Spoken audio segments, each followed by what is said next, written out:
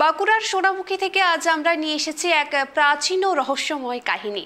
প্রায় 400 বছর আগে বনাঞ্চলে শুরু হওয়া এক কালী পুজোর গল্প আজও স্থানীয়দের বিশ্বাস ভক্তির কেন্দ্রবিন্দু। জানবো কিভাবে হটনগর কালী পুজো আজও লাখো মানুষের আস্থা উৎসবের প্রাণকেন্দ্র।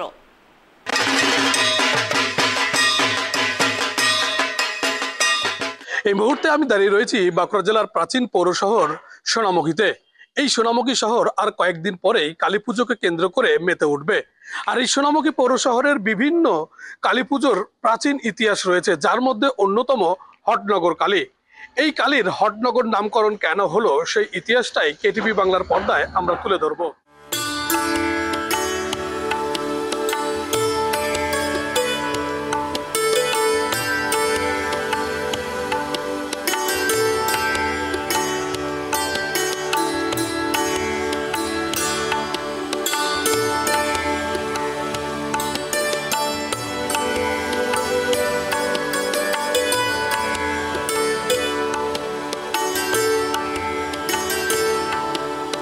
কালী কার্তিকের শহর হিসেবে পরিচিত বাঁকুড়ার প্রাচীন পৌরসভা সোনামুখী। এখানে বহু প্রাচীন কালী পুজো অনুষ্ঠিত হয়। এর মধ্যে অন্যতম হটনগর কালী পুজো, যা ইতিহাস এবং লোককথায় সমৃদ্ধ। স্থানীয় লোককথা অনুযায়ী প্রায় 450 বছর আগে সোনামুখী ছিল বনাঞ্চলপূর্ণ। সেই সময় বিনিময় প্রথা চালু থাকায় বৃদ্ধা তারিণী সূত্রধর প্রতিদিনের জঙ্গল পথ পেরিয়ে পায়ে হেঁটে মাথায় ঝুড়ি নিয়ে নিরিশা গ্রামে চিড়ে বিক্রি করতে যেতেন। ফেরার পথে তিনি একটি খালের পাশে বিশ্রাম নিতেন এবং সঙ্গে থাকা চিড়ে মুড়ি খেতেন।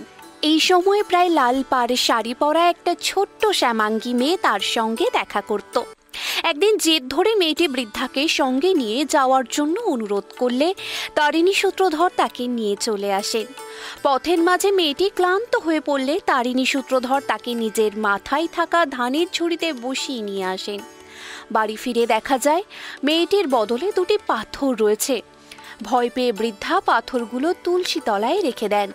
রাতের স্বপ্নাদেশে সেই ছোট্ট মেয়ে তারিণী সূত্রধরকে বলেন, আমার পুজোর ব্যবস্থা কর, আমি মা কালী, তোমার ভার বহন যাতে সহজ হয় তাই পাথর রূপে এসেছি। পরবর্তী সময় স্থানীয় জমিদার গিন্নি কাদম্বরী দেবী মন্দির নির্মাণের জন্য জমি ও পুজোর জন্য সাহায্য করেন। এরপর থেকে এলাকাবাসী নিজ উদ্যোগে এই পূজা পরিচালনা করছেন। এইভাবেই পুজো হয়ে আসছে পরম্পরাভাবে 5 দিন। ওই হট যোগীর নাম ধরে প্রতিষ্ঠিত হয়েছে এবং 5 দিন আড়ম্বর সহকারী পুজো হয়। গোটা সোনামুখীর আবেগ এই পুজোকে কেন্দ্র করে থাকে। স্থানীয় প্রশাসন, শান্তি কমিটি, লালবাজার এবং সবথেকে বড় কথা গোটা সোনামুখীর মানুষ যেভাবে হটনগরের পুজোয় সাহায্য করেন, তাই এত বড় পুজো পরিচালনা করতে পরিচালনা করা যায়। বর্তমানে সদৃশ্য মন্দির নির্মিত হয়েছে। সূত্রধর পরিবার এখনও প্রথা অনুযায়ী ঘট আনার অধিকারী। পুরো বছর ধরে মন্দিরে রাখা হয় ঘট, যা বার্ষিক পুজোর সময় নবীন ঘট দিয়ে পরিবর্তন করা হয়। হটনগর কালীর নামকরণ নিয়ে স্থানীয়দের মধ্যে মতভেদ রয়েছে। কেউ বলেন হট যোগে এক যোগী এখানে সিদ্ধি লাভ করেছিলেন, আবার কেউ মনে করেন মা কালী হঠাৎ নগরে এসেছিলেন।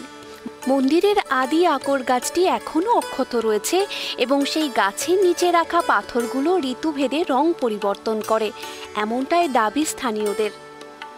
ঝুড়ি চেপে যেমন দেওয়া আছে, স্ট্যাচু একটা দেওয়া আছে, ঝুড়ি চেপে আছে, তারপর থেকে পুজো হচ্ছে।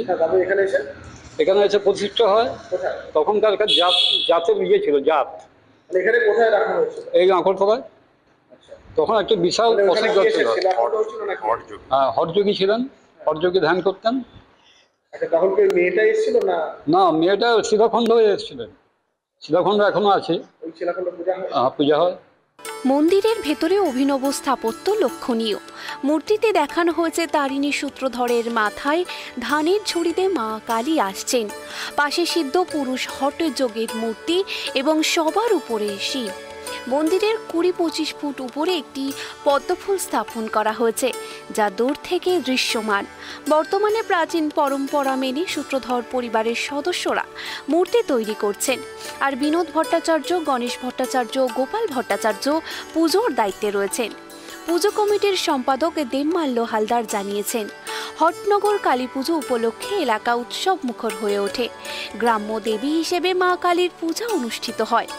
নানান অনুষ্ঠান ও প্রথা মেনে ভাতৃদ্বিতীয়ার আগের দিন কয়েক হাজার মানুষকে খিচুড়ি বিতরণ করা হয়। হটনগর কালী নামকরণের পেছনে ঠিক কি ইতিহাস রয়েছে, সেই ছবিটাই এতক্ষণ তুলে ধরলাম আপনাদের সামনে। বাঁকুড়া সোনামুখী থেকে সঞ্জীব মল্লিক, KTV বাংলা।